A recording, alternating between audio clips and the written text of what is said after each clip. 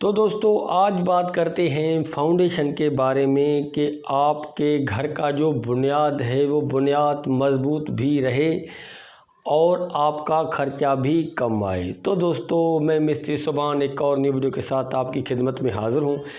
तो दोस्तों आज का यही हमारा मौजू है कि आपका ख़र्चा भी कम आए और फाउंडेशन मज़बूत भी बने। तो शुरुआत करते हैं। पहले बात करते हैं कॉलम्स की। कॉलम्स का बुनियाद कैसे रखा जाता है, वो बुनियाद मज़बूत कैसे रहता है, पहले ये बात करते हैं। जब भी आप कॉलम बनाएं तो ज़मीन की पोजीशन देखी जाती है।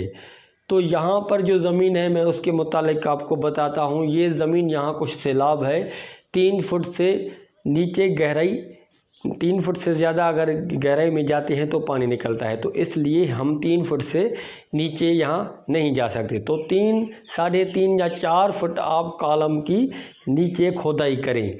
उसकी चौड़ाई 5 बाय 5 रखें तो बेहतर है, ठीक है ना। ये चीज़ें आप ख्याल में रखें। देखें ये कॉलम्स है तो आपने क्या करना, तो आपने 8 सरिये देने, 1 2 3 4 5 6 7 8। तो आपने 8 सरिये ऐसे देने हैं।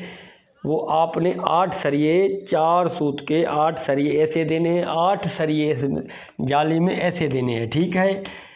तो आपने जाली बनानी है 4 बाय 4 की, बुनियाद की खोदाई करना है 5 बाय 5 की। ये बात याद रखें। 5 बाय 5 की ये जो आप खोदाई करेंगे तो ये गहराई में 3 फुट हो, 3.5 फुट हो तो बेहतर है। 2 फुट भी सही है लेकिन 2 फुट से ज़्यादा गहरा हो तो बेहतर है, ठीक है ना।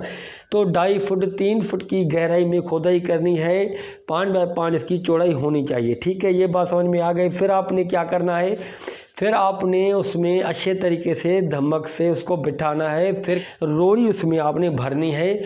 उस रोड़ी का क्या करना है, फिर रेत और सीमेंट उस पर मिलाकर ऊपर देकर उसको अच्छे तरीके से पानी देना है। फिर धमक से उसको बिठाना है। फिर 6 इंच रोड़ी आप दें। ऐसे ही करें ताकि 1 फुट का बुनियाद जो आपकी जो रोड़ी है वो कॉलम्स 1 फुट वो भर जाए। फिर आपने ये जो जाल बनाया है ये 4 बाय 4 की जाली है, 8 सरिये ऐसे लगेंगे, 8 सरिये ऐसे लगेंगे तो आपकी 4 बाय 4 की जाली बन जाएगी। फिर इसमें ये जाली रखें क्योंकि ये जो बुनियाद होती है, पत्थर आपका जो रोड़ी आपकी वो चौड़ाई में ज़्यादा हो तो बेहतर है, ठीक है ना। 5 बाय 5 रोड़ी डालें और फिर ये बुनियाद रखें। इसकी भराई 9 इंच करें। कंक्रीट यानी क्रैश सीमेंट के साथ रेत मिलाकर इसकी भराई आपने 1 फुट करें तो बेहतर है, नहीं तो 9 इंच कम से कम ये भराई करें, आपकी ये बुनियाद बेस्ट रहेगी, ठीक है। ये बात समझ में आ गई। अब दूसरी बात करते हैं। मसलन ये आपका घर है, मैं एक मिसाल देकर आपको समझा रहा हूँ।